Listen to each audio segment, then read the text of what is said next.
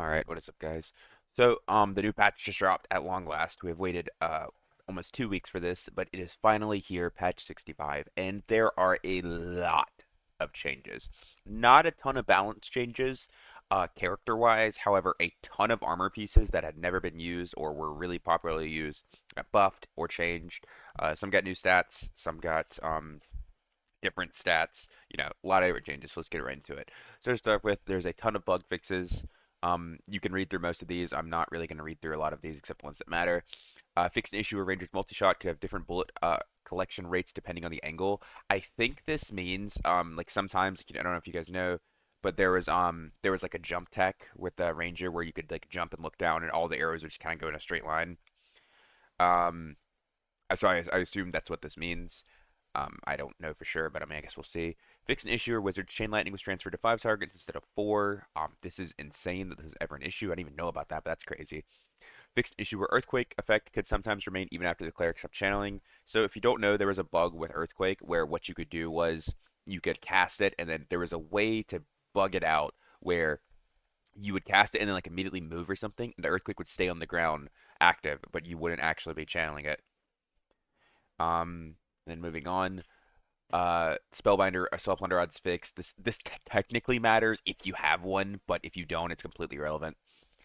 Um, let's see. Uh, Fix an issue where reward items may not be dropped in the vault of the Ice Abyss. This is just Ice Wyvern, Boss Arena or Vault. They fixed the stats issue with arenas, the win, loss, and draws, and they fixed an issue where all items, including name engraved equipment, can be lost or disconnected from arena. So finally, hopefully, we don't have to worry about losing our gear anymore in arena. You can run the best stuff you have. You really go crazy out there. That is very, very nice.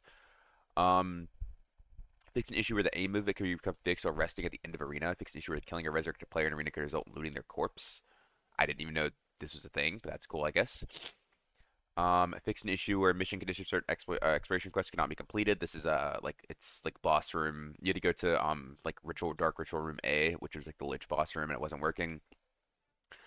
And then fix the issue where adventure ranks from previous seasons may not display properly. Cool. And I mean the rest of these, like I said, I don't care. Okay, moving on to balance.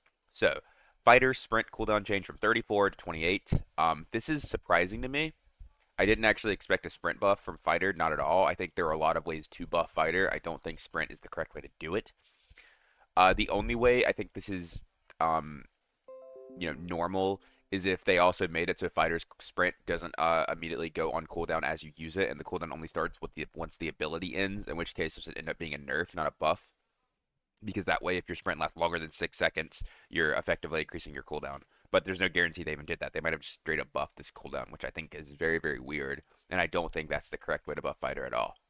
But anyways, Rogue's Hide Master additionally reduces Hide's cooldown by 30%. Interesting. I mean, they're definitely trying to make Rogue like this like landmine style character. That is what it is.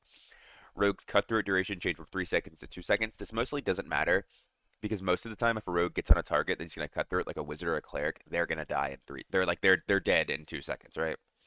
Like so, the 3 seconds is usually overkill. They're usually dead before, especially if you're a good rogue. If not, then sucks to be you, I guess. Ranger's forceful shot can no longer push targets back when blocked by shields. This is an amazing change. I love this change so much because now they actually have to aim they have to actually aim their weapon, and they don't just get to shoot your shield for free and push you off of them. Now they have to actually hit your feet or hit your head or whatever, and there's some counterplay to the skill that used to have pretty much no counterplay. Ranger's base strength changed from 10 to 12, and resourcefulness changed from 25 to 23, so they're just getting a little bit more damage here and losing some interaction speed. Wizard's slow duration changed from 2.5 seconds to 2 seconds, the number of spells changed from 5 to 3.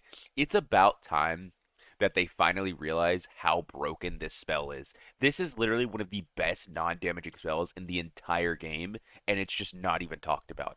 Wizard like slow is literally Achilles, but better on a spell, and they had 5 uses of it. If a wizard correctly used slow, it was almost impossible to get on them unless you could block it, and even then, blocking it was more reliant on them being bad than you being good, because it's just like a hit scan, so is what it is. Wizard's Magic Lock, the number of spells changed from 9 to 5. I don't really care about that, it doesn't matter. Wizard's Zap attribute bonus ratio changed from 100% to 75%. That's great. Wizard's Chain Lightning, attribute bonus ratio changed from 100% to 75%. Great. Explosion, same thing, 100 to 75. Fantastic. I'm perfectly down with all of those nerfs. Uh, I think that's great. I think in light of some of the later changes, because they buffed MR quite a bit, I don't know how good this is going to be, but I definitely am okay with it now. I think Wizard has been one of the most dominating characters in the meta for a very, very long time, and I am perfectly down to see it get nerfed. The only thing I do worry is that when you nerf their other spells, what ends up happening is wizards start being magic missile crutches, where they're like, "Oh, none of my spells do damage," so after they're running people magic missile them, and you just end up in a meta where wizards just constantly trying to shotgun people. But it's what it is. All right, moving on. Warlock's Torture Mastery multiplier changed from 3 to 2. This is the multiplier for how much their spells cost when Torture Mastery is active. So before Curse of Pain costed 2, the multiplier is 3. So if you had Torture Mastery on, Curse of Pain costed 6. Now it's only multiplied by 2. Warlock's Phantomized Move Speed bonus changed from 10% to 5%. Um, so it's kind of big for like lower kitted warlocks, but for a very kitted warlock, this doesn't matter because they're all like 320 move speed anyways. And even if they have their book out, they didn't actually fix the bug where you could interact with stuff in your inventory when you're in Phantomized. You can still like right click your stuff off to get fist out and still be move speed cap. But it is a nerf, and I'm okay with that. I would have preferred them to nerf the cooldown on Phantomize rather than nerf the movement speed bonus, but it is what it is. Warlock's spell cost increase, and Warlock's Curse of Pain instant damage attribute bonus ratio changed from 100% to 50%. So, a lot of people, I've already read, the Warlock chat and Dark Discord, like, oh my god, Warlock's dead, Warlock's dead. I mean, not really. Like, yeah, you're like, so the thing is, it really depends, I think, on how much the spell cost increases.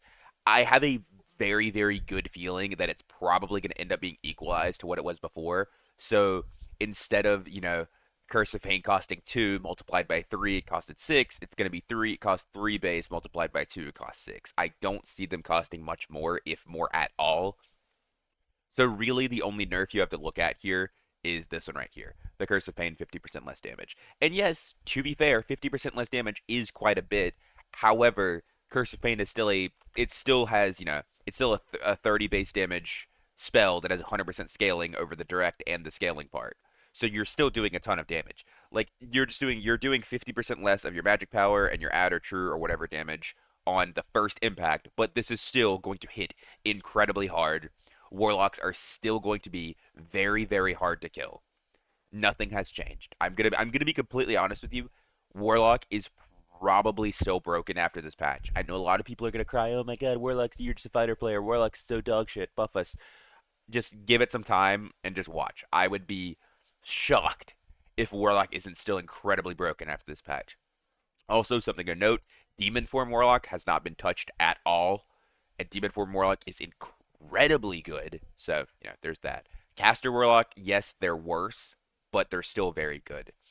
Like before they were like Thanos, now, maybe they just lost some of the stones, but they're still very, very strong.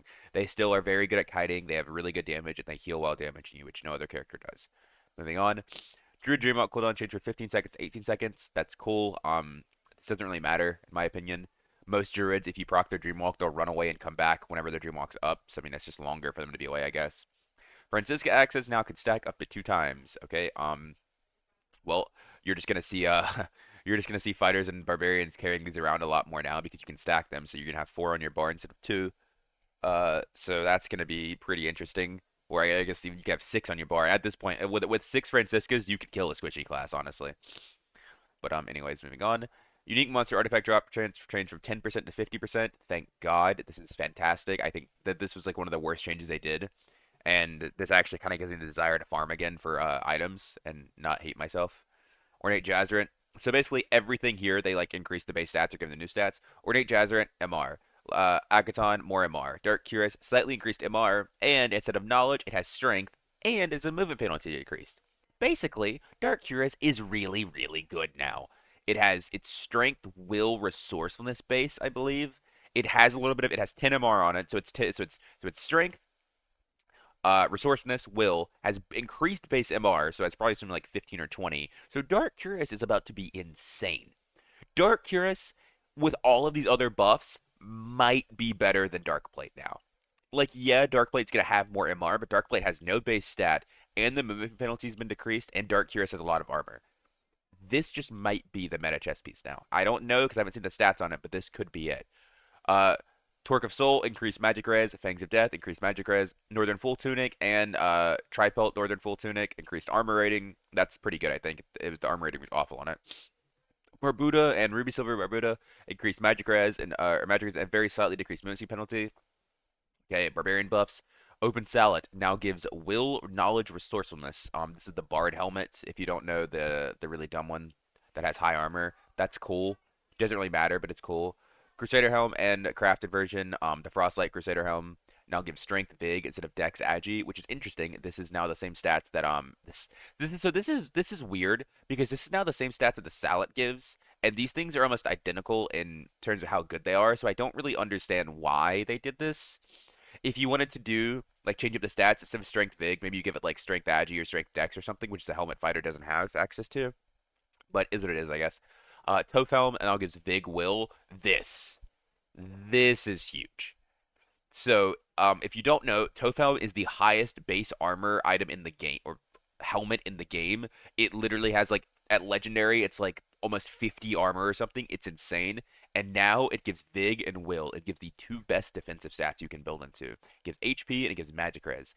This is going to be insane. This is probably combined with the Dark Curious, the new best helmet and best chess piece in the game. This right here, you're going to see fighter builds looking a lot differently now, I think. Find Curious and the crafted version, slightly less magic res penalty. Cool.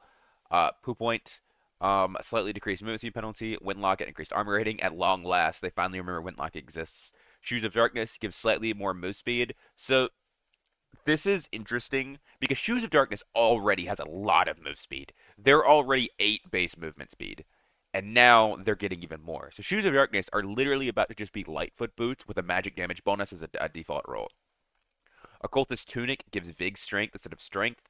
Occultist Robe gives Vig will instead of just Vig. I don't know why it just doesn't say instead of Vig, but yeah. Occultist Boots, slightly decreased move speed, good. These things are way too broken. They gave these, I mean, Occultist Boots are literally the only boots anybody with that could wear them would wear because they gave knowledge, will, and they had good move speed bonus. It was kind of insane.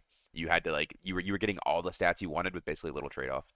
Forest Hood now gives strength instead of Vig and slight increase in move speed penalty. Ranger buff here. Viking helmet and crafted version increased projectile protection. Visored Barbuda helmet.